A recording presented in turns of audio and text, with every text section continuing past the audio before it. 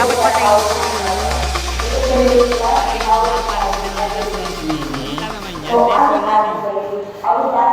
mean, parang hindi kami makita mo na nag-aagay na sa pagdating sa estado o maging sa kaaniman. Gaya na ako po yung naranasan ko ng kapitan. Madalas po ako mabuhay sa eskwelahan dahil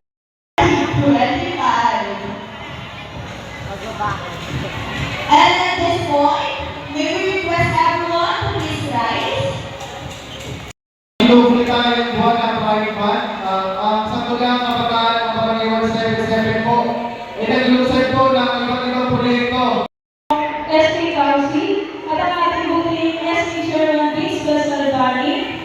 Nais ko din po patingin ang ating Mayor Anong Malapitan at si Kapitana Donna Ligana. Center College of Bulacan, State Government Zero, SC Secretary of Barangay, advocate for a gender equality and youth empowerment. Ladies and gentlemen, please welcome Mark Anthony E. Lebeco! Punta mo, Mark Lebeco?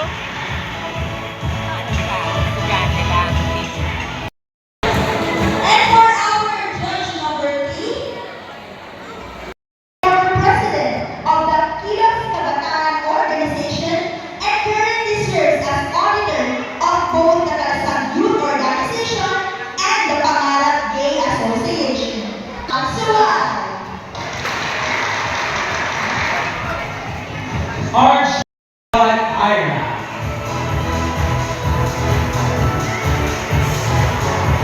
Thank you po sa ating mga host. So, para basahin ang ating criteria sa elimination round. Ito po ay yung mga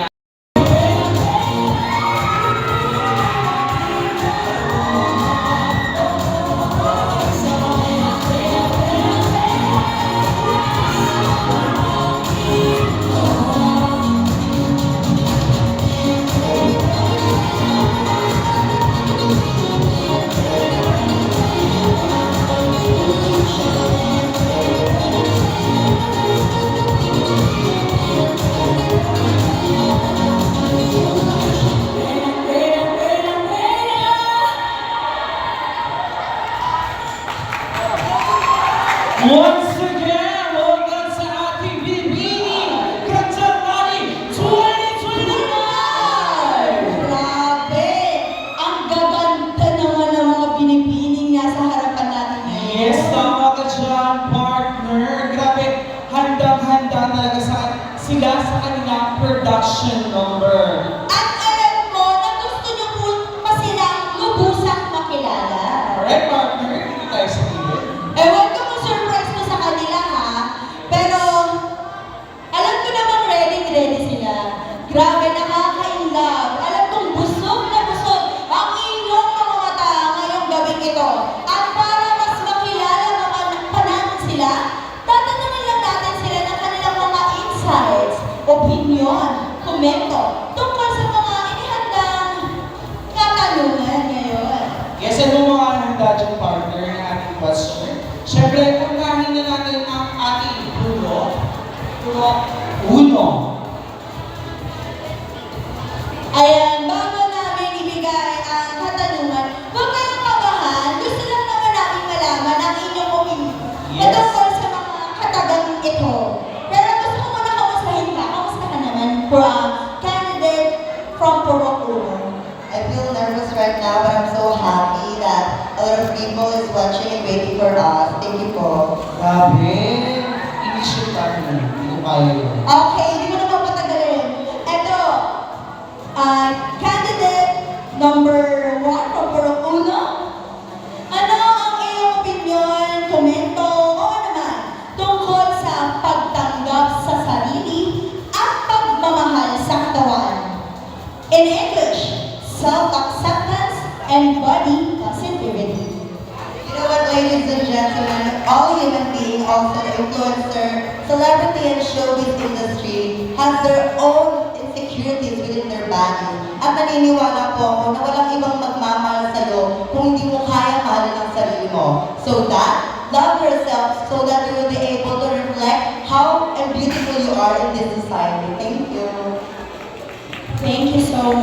Partner ko na tayo sa O sige, kasi para pala makita yung ganda Yes. nila. Yan. Siyempre, Maybe go on. again, thank you so much, candidate. Puro candidate number 1. Of course, siyempre, mga kasama rin natin. Ang puro dos, Luis Boca, yan ang Nicole Morales. Wow. Kumusta ka naman ngayong gabi nito?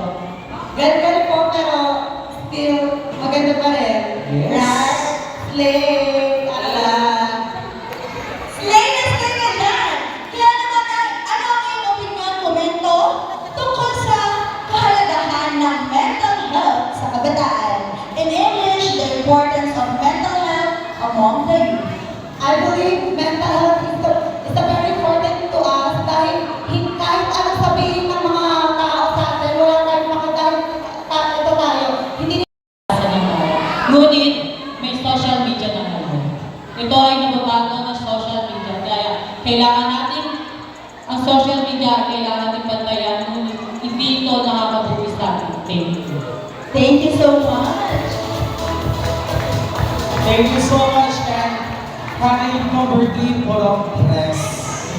Siyempre, hindi nyo makakalo. Candidate number 4 from Purok 4, Maxine Garcia. May gusto ka bang batiin ngayong gabi nito? Marami akong gustong batiin. Alam mo mga comments doon? At dahil dyan, nabati mo na sila.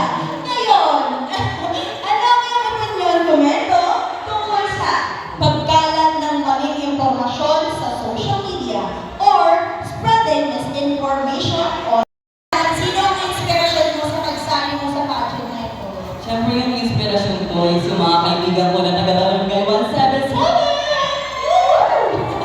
Ayan, maraming salamat. At ngayon, ano naman ang iyong opinion, komento, tungkol sa pagpapahalaga sa pamilyang Pilipino or valuing the Filipino family.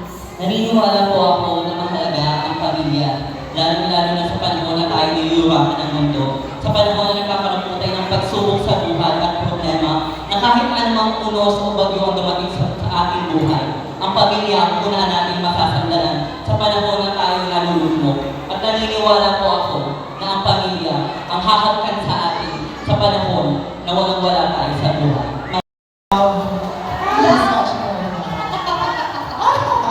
Ayan, at dahil may love ka, ano ang iyong komento tungkol sa pagkakaroon ng pantay na oportunidad sa edukasyon or equal access to quality education? Pardon. Alaman, may jowa ka ba? Sana all daw, sabi ni Kuya Mark. At ito na nga, are you ready? 100% ready. Tungkol sa kakulangan ng kamalayan sa reproductive health or lack of awareness on reproductive health. Ang pagkakulangan nito ay nakalit na mabigat ka o mayaman ka at dahil patay pa rin mo ang patinilo o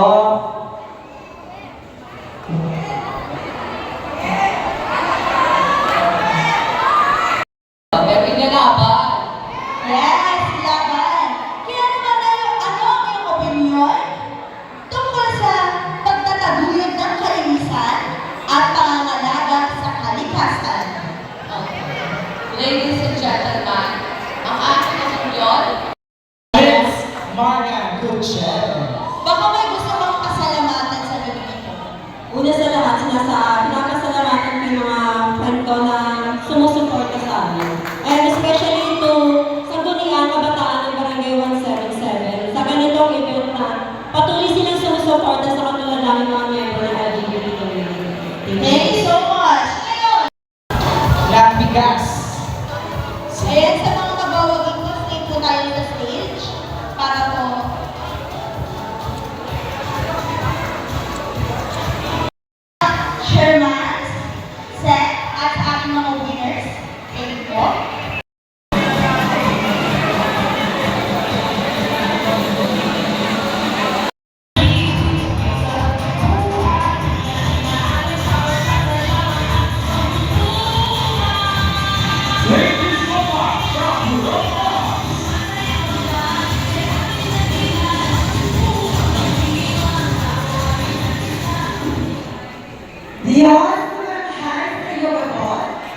Baba na.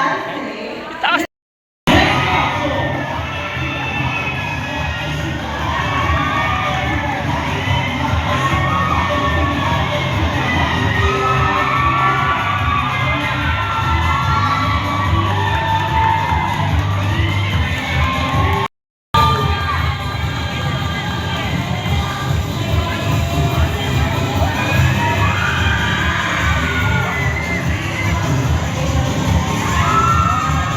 ang kinis pa sa asawa ko!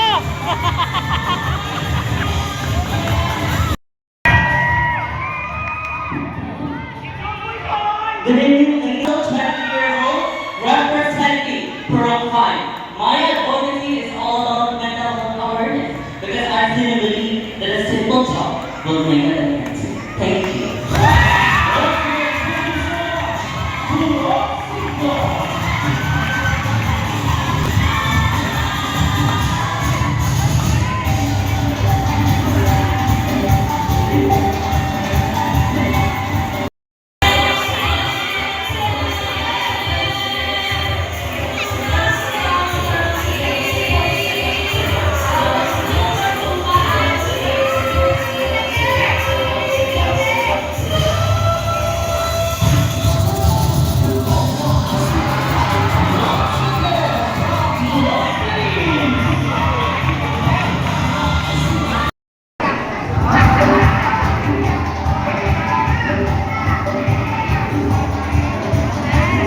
Thank you so much, production.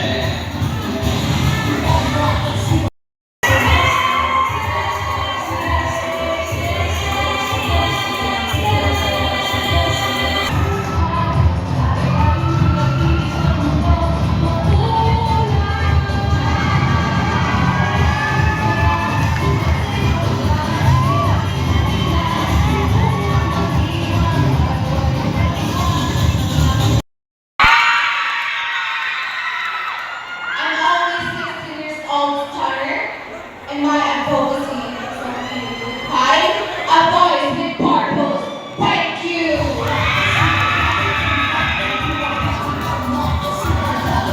Thank you so much. That is all.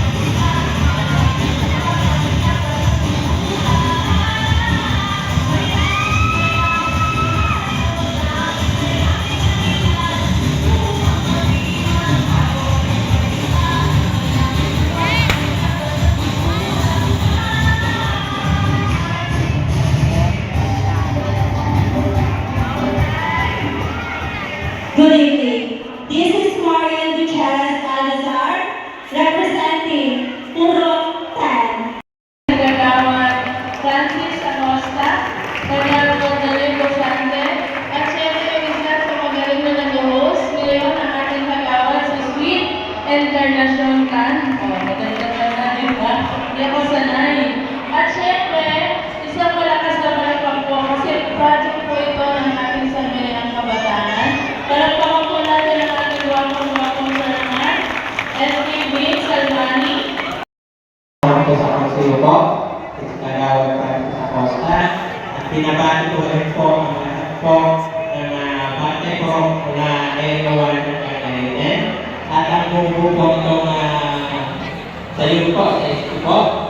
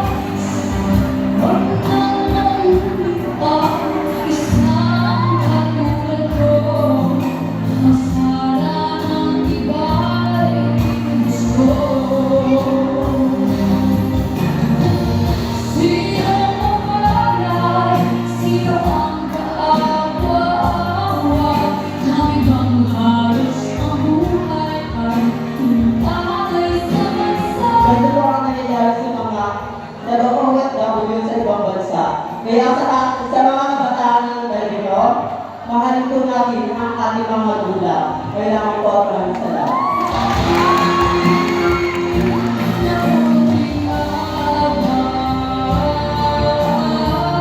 Thank you so much, BB Poro.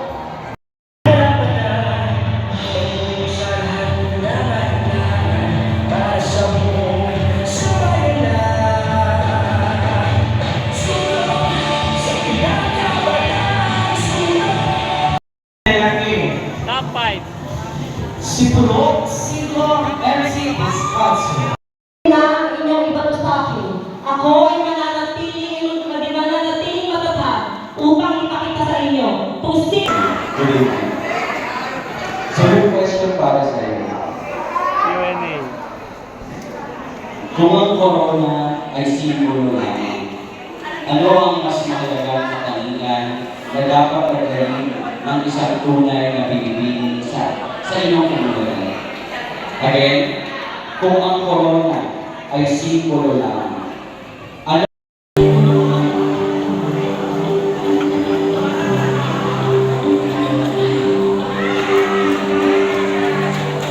Thank you so much. And Again, thank you so much for your contribution and fair judgment to our Independence and Life 2025.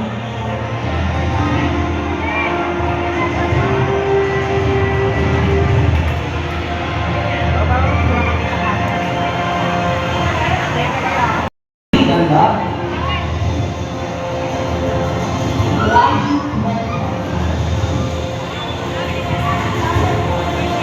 Again, we would like to thank our audience this evening, especially the Batay World Chairman, na siyang nanonood.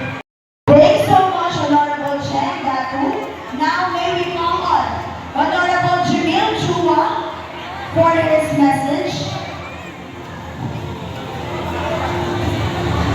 Ayan, maraming magandang gabi sa ating lahat. Pero Kami po sa ating lahat, nandiyan po ang SK Council, ang Sangguniang Kabataan, maraming salamat po.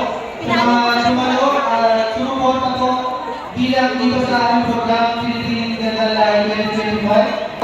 Sa ating mga kapulisan na nagpantay ng security dito sa ating lugar, sa mga tanong, at sa mga tanong na lagi sumusuporta sa ating mga proyekto, kundi sa committee ng sports, environment, health, at iba pa pong komite.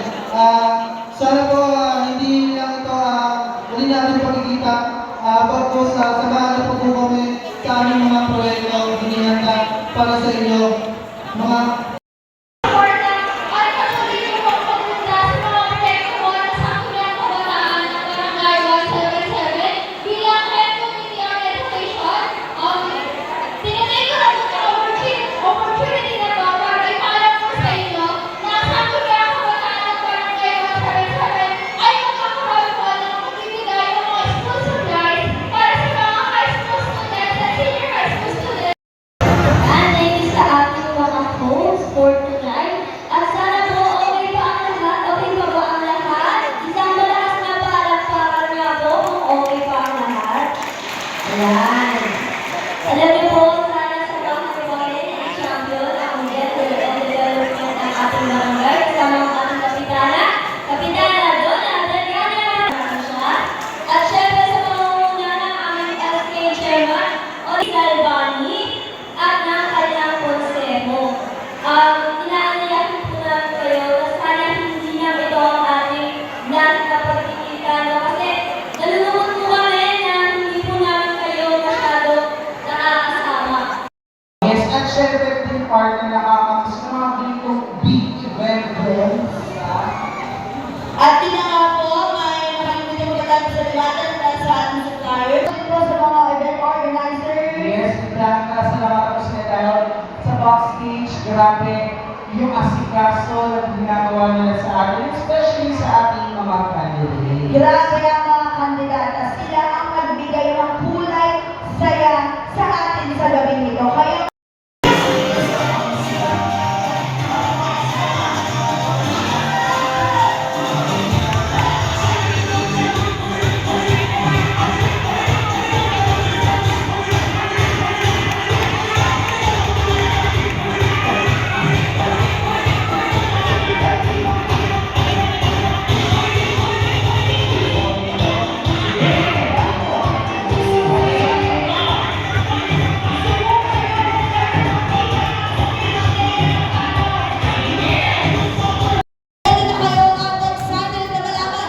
Sino nga ba ang nakakuha ng ating Best in Talent Award?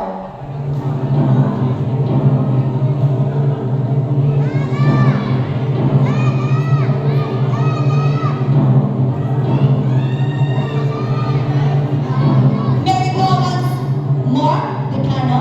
Alright, hawak ko na ang resulta para sa ating Best in Talent. Para sa ating Best in Talent. Pinipili Gandang Laki. Puro. Ocho!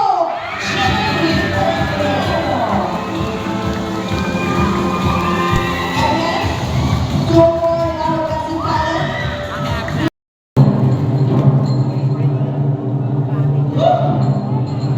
Para sa ating fourth runner-up na pinipili Gandang Laki. From Puro. Saif Shah Gonzalez. Congratulations, you are the winner of Miss Sham Gonzalez from Row 6. Beauty and overall performance. Mr. Mark Libeto, SK Kagawad Patrick Kadalin, and SK Kagawad Ismael Licuan.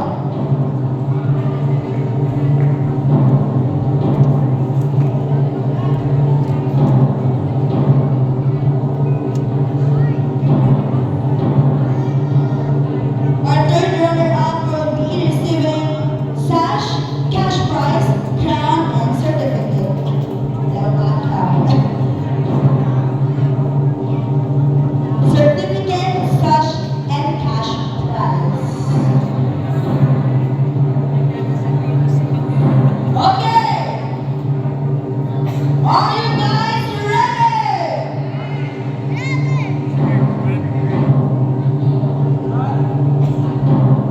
Para sa ating third runner-up ng pinipili Gandang Laki. Puro. Puro 9. Hanagat Libre. Congratulations, Kurokan, Hannah Jenna Felipe.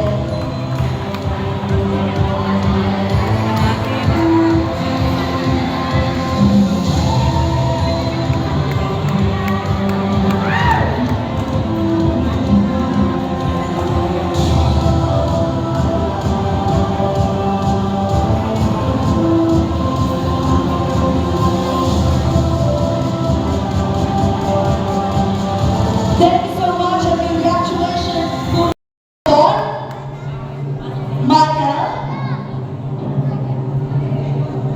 together with SK Kagawad Jimil Chua and SK Kagawad Cheng Dadu.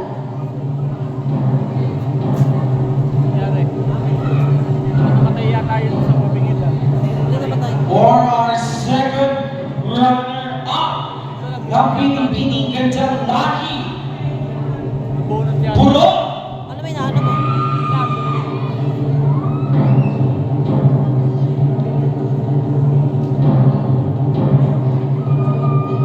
Pinipili Gandang Laki. Puro.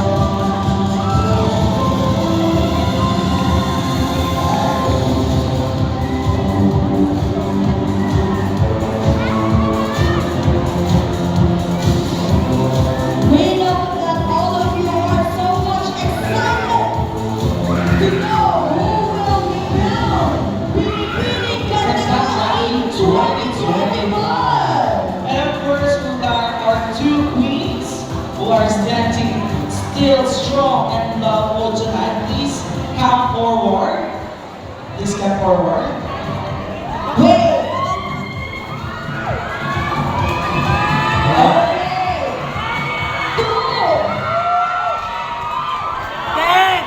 One of these ladies will be crowned Pinipini Gandalani 2025 Crown Keeper, and one is the first runner-up. But before we announce our Binibining Gandang Lahi 2025, we would like to request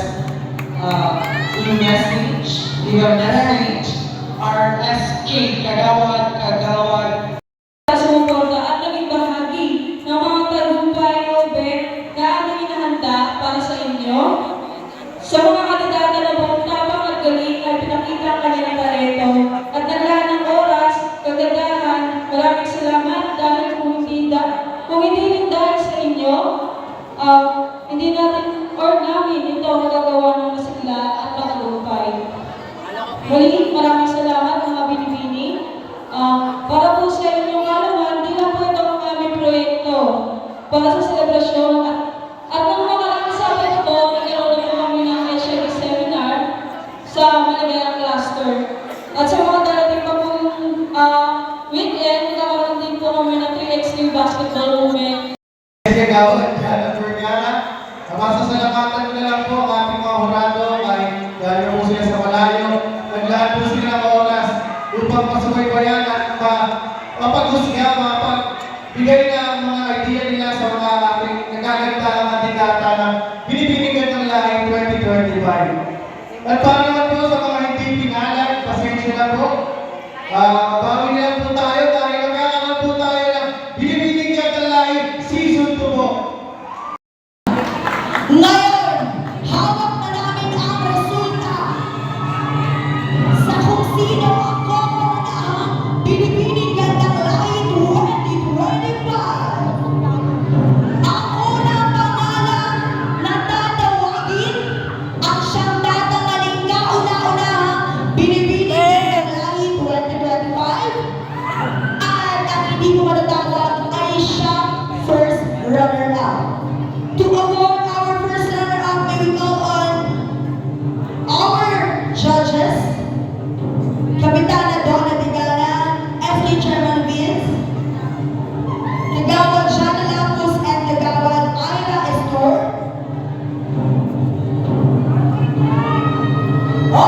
Ang unang tatawaging pangalan, ang siyang tatamaling kauna-unahang Binibining Gandang Lahi 2025.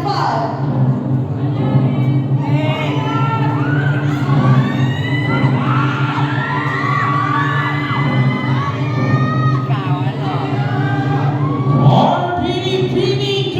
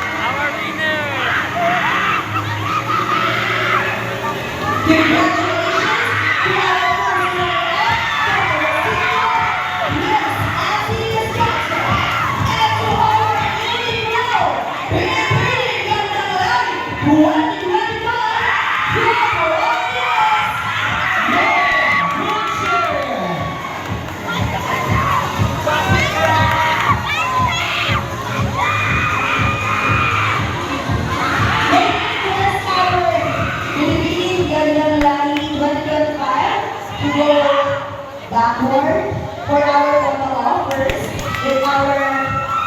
Sa mga tunay na ating mga nagagandahang bilang, And please be ready for your final message in today's event. We will later witness her final walk and message. we would like to request start mo.